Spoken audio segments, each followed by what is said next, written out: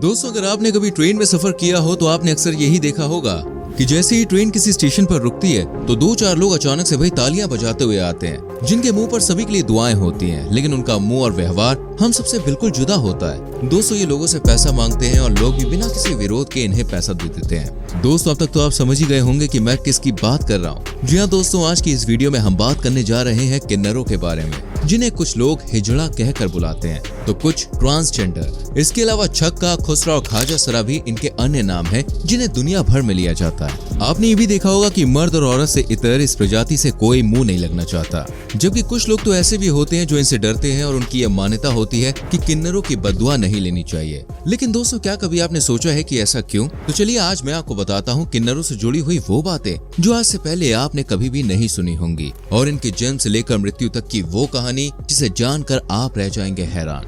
दोस्तों, इस बात में कोई शक नहीं है कि किन्नरों का नाम सुनते ही हमारा समाज इनसे मुंह फेर लेता है। कोई भी इन्हें इज्जत की नजर से नहीं देखता, लेकिन आप में से बहुत से ऐसे लोग ये नहीं जानते कि भगवान द्वारा बनाए गए इस थर्ड जेंडर कम्युनिटी का इतिहास युगों युगों का है, और ये भगवान के उतने ही प्रिय हैं जितने कि हम और आप हैं। किन्नर दोस्तों अभी से नहीं बल्कि बहुत ही पुराने समय से मौजूद है। कहा जाता है कि ये समुदाय महाभारत के समय में भी मौजूद था। आप में से जो लोग हिंदू धर्म के अनुयायी हैं वो लोग इरावन को जानते होंगे, जिन्हें किन्नरों का आराध्य माना जाता है। कहते हैं कि पांडवों को महाभारत विजय के लिए एक बलि की जरूरत थी।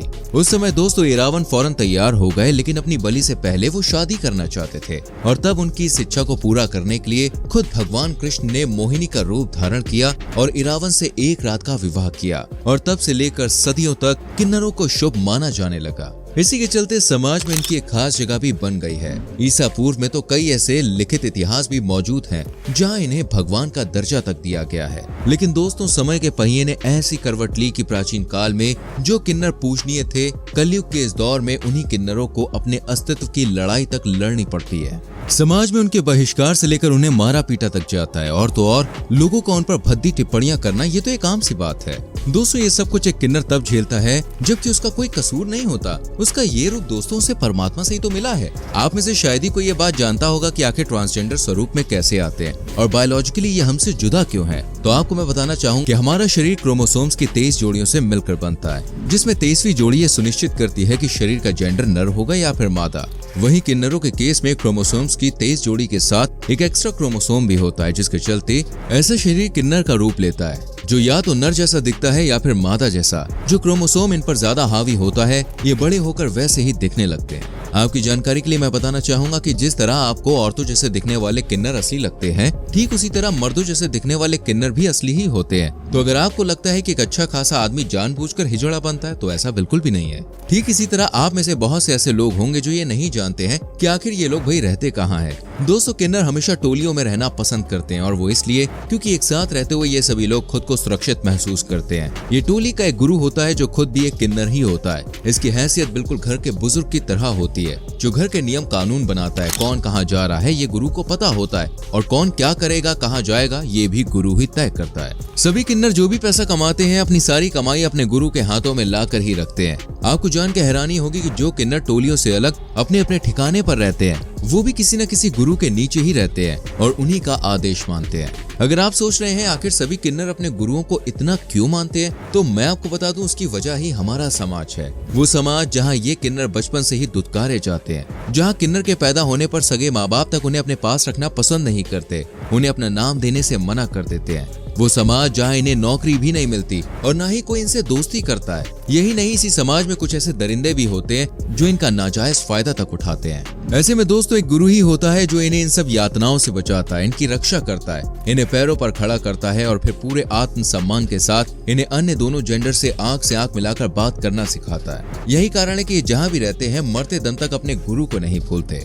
दोस्तों, यही नहीं, जब ये किन्नर बूढ़े हो जाते हैं और किसी भी तरह की कमाई के लायक नहीं रहते, तो किन्नरों का गुरु ही इनके खाने पीने, इलाज और रहने का बंदोबस्त करता है। यहाँ तक कि मरने के बाद होने वाली सभी क्रियाक्रम का बंदोबस्त भी गुरु के हाथों ही होता है। ऐसे में ये कहना गलत नहीं होगा कि गुरु शिष्य परंपरा का असली पालन अगर कहीं होता है तो बॉस वो किन्नर कम्युनिटी में ही होता है। बात करें भारत की तो आज भारत में समुदाय की संख्या करीब 5 लाख से भी ज्यादा है, जबकि अमेरिका में इनकी संख्या करीब 20 लाख है। यहाँ गौर करने वाली बात यह है कि अमेरिका जैसा देश जिसकी आबादी भारत से 3 गुना कम है, वहाँ इनकी संख्या भारत से 4 गुना ज्यादा कैसे है? तो दोस्तों इसका जवाब भी आपके ही सामने है। एक तरफ जहां भारत के किन्नर होने का मतलब है कि वो लोग केवल शादी ब्याह, बच्चे के जन्म या फिर किसी खास जश्न के मौके पर घर घर जाकर नाचने व गाने का काम करेंगे, तो वहीं अमेरिका जैसे देशों में इनका रहन सहन बिल्कुल नॉर्मल होता है। और तो और विदेशी किन्नर अनाथ बच्चों को गोद लेकर अपना वंश भी आगे बढ़ाते हैं। वहीं भारत है जहाँ किन्नर होना पहले ही एक अभिशाप है। ऊपर से नाच और गाना, सामाजिक तिरस्कार के चलते बहुत से लोग ऐसे भी हैं जो आज भी अपने किन्नर होने की सच्चाई को छुपाते हैं, जिनका अंत आत्महत्या से होता है। जी हाँ दोस्तों, करीब 30% किन्नर ऐसे भी होते हैं जो अपने स्वरूप को कभी भी एक्सेप्ट नहीं करते और मौत के घाट उतर जाते हैं। खैर यह हमारे समाज की कड़वी सच्चाई है जो समय के साथ अब कम भी हो रही है, और इसका क्रेडिट जाता है भारत की सर्वोच्च न्यायालय को, जिसने साल 2018 में किन्नरों को थर्ड जेंडर का दर्जा देते हुए इनके सभी अधिकारों को बहाल किया।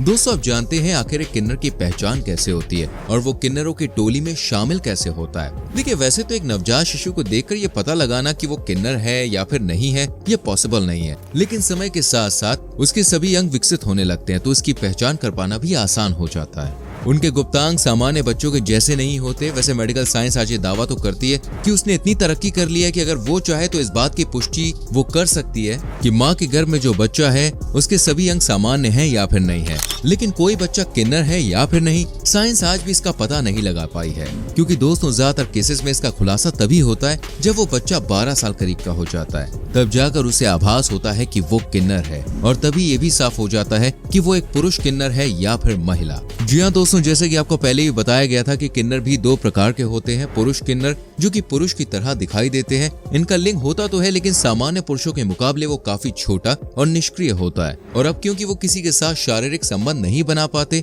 इसी के चलते ऐसे किन्नरों की शादी भी नहीं होती। ऊपर से समय के साथ दोस्तों इनमें नारियों जैसे हाव भाव भी उत्पन्न होने लगते हैं। बात करें महिला किन्नर की तो पुरुष किन्नर की तरह महिला किन्नर का गुप्तांग यानी कि उसकी योनि होती तो है, लेकिन उसका आकार दोस्तों इतना छोटा होता है कि वो अपने जीवन में कभी भी उसका इस्तेमाल शारीरिक संबंध बनाने के लिए नहीं कर पाती।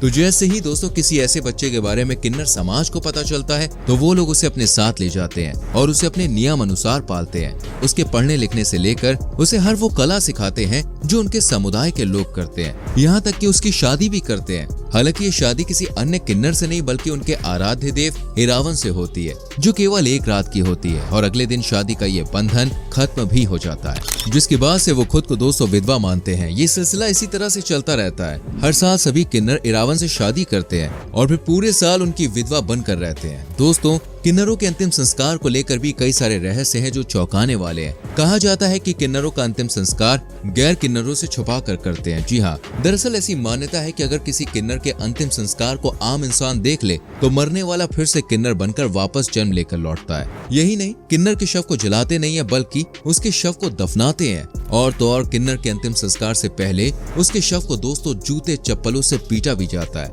और ऐसा इसलिए किया जाता है क्योंकि इससे उसके उस जन्म के किए गए सारे पापों का प्रायश्चित हो जाता है और वो अगले जन्म में फिर से एक बार किन्नर बनकर पैदा नहीं होता है। केवल इतना ही नहीं, अपने समुदाय में किसी किन्नर की मौत होने के बाद उसके साथी किन्नर किसी भी तरह का शोक नहीं मनाते हैं,